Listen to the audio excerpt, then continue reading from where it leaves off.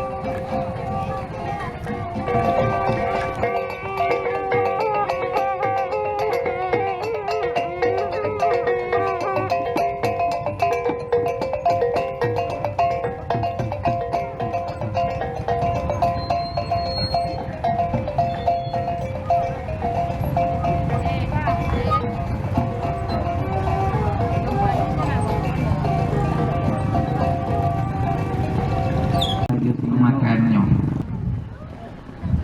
agak adik-adik je pisoko dek bari cepat jagantang yang kata agak lapa pakai alu lapa tulut lalu jumpa lah sama kita lihat kok darah lah kita serak tanu lah kita tanam daging lah kita receh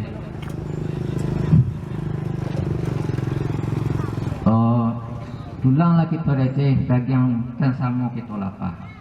Syarat rukunnya dalam adat sama terpaham dek ilmu. Hanya nak pinta pitokan dari dusun ke Sungai Puh. Tobanglah balam je barabah. Barabah hingga di kayu kolek. Ambo susun jari na 10. Dia doon salam je sambah. Sambah terhadap kita siang.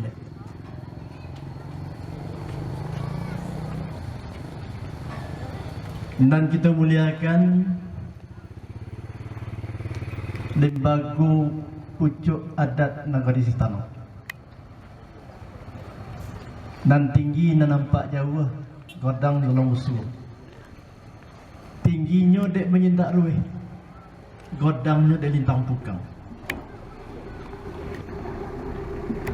Ingin kita hormati tentu Pak Camat, Pak Kapolsek,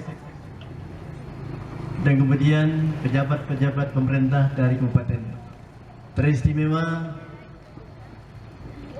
saudara kita, wakil kita yang akan sumpah menjadi anggota DPRD Kabupaten 50 Kota untuk masa bakti pimpinan organisasi kemasyarakatan adat.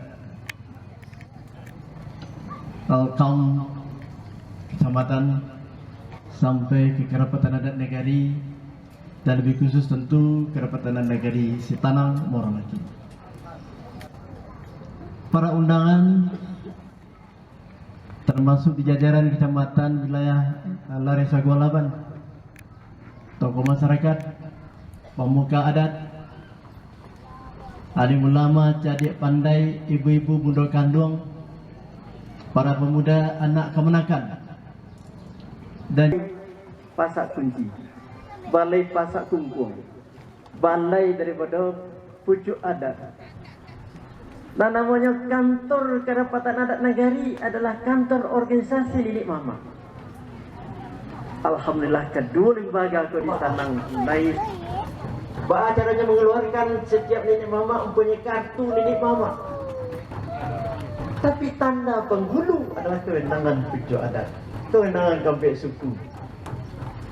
Manogaan penghulu, iyo harus dia ke rumah. Penelitian nombor khusus di Tanang Moronaki.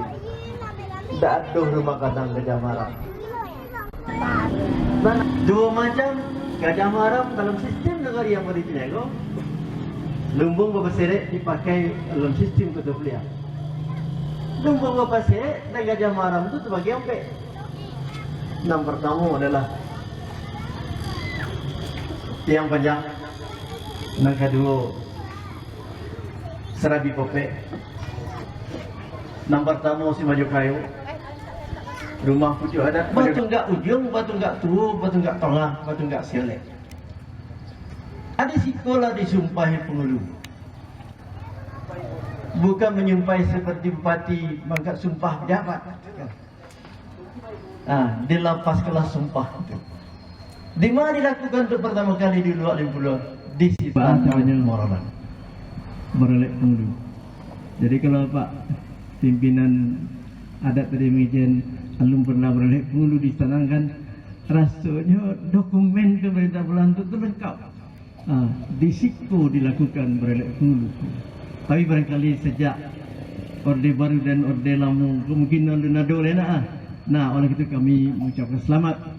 Mudah-mudahan kalau itu yang pertama di era kita yang muda-muda kan, hendaknya harus dilanjutkan terus. Itulah yang pertama ucapan selamat.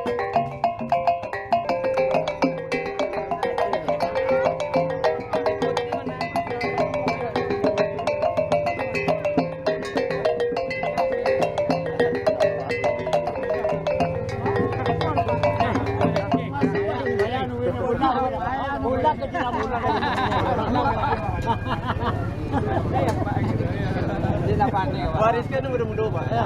Ajar mudah-mudahan.